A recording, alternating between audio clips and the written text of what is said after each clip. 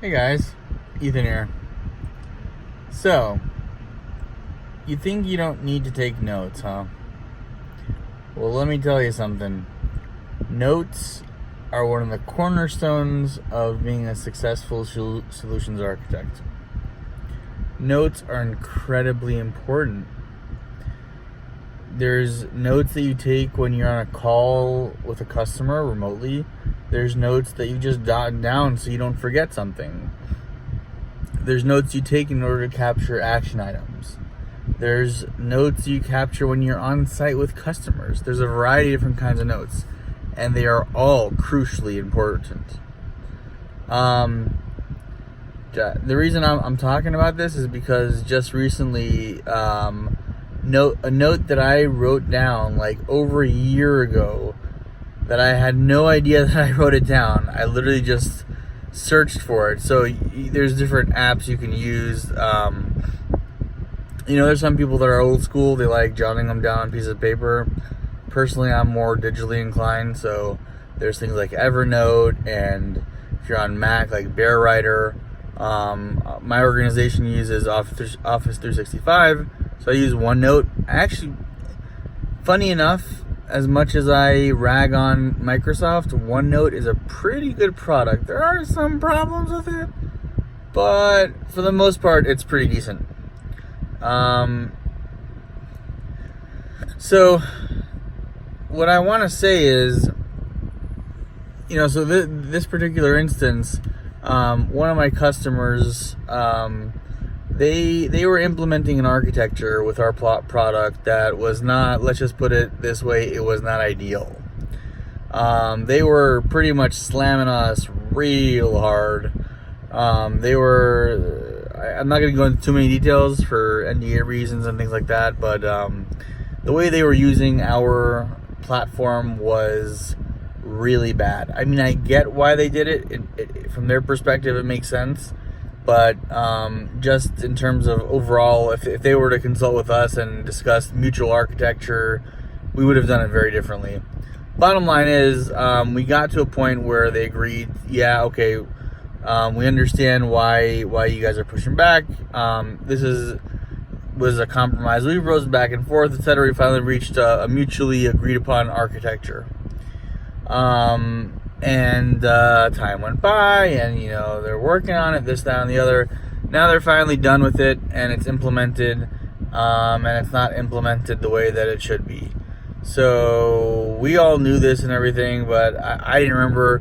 I mean, we're talking about the API is going to call us within this time period, and it's going to do the following things in this order and sequence using these, message bus queues, etc., etc., etc. There's no way I'm going to remember that with all the different customers I deal with and all the different things that I'm involved with after a whole year. That's not something that's feasible. And that is exactly why it is so important to keep notes. You gotta keep meticulous notes. There's a difference between sending your notes and keeping notes. That's a huge distinction.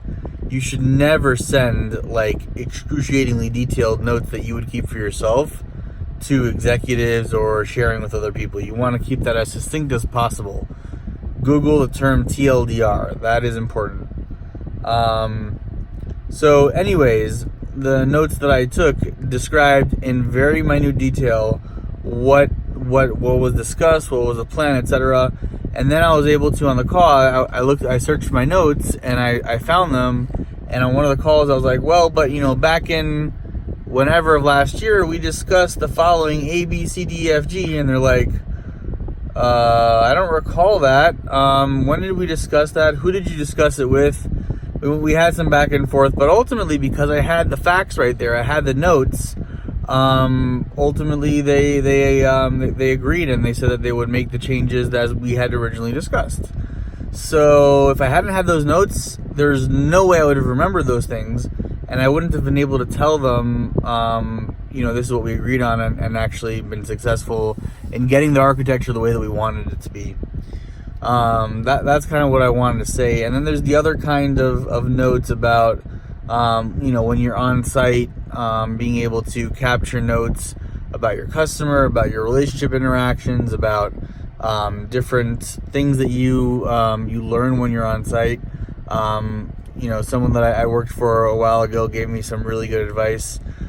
He told me that when you're on site with a customer, that is gold, because you've got product engineers, product managers. Okay, they do tend to travel frequently.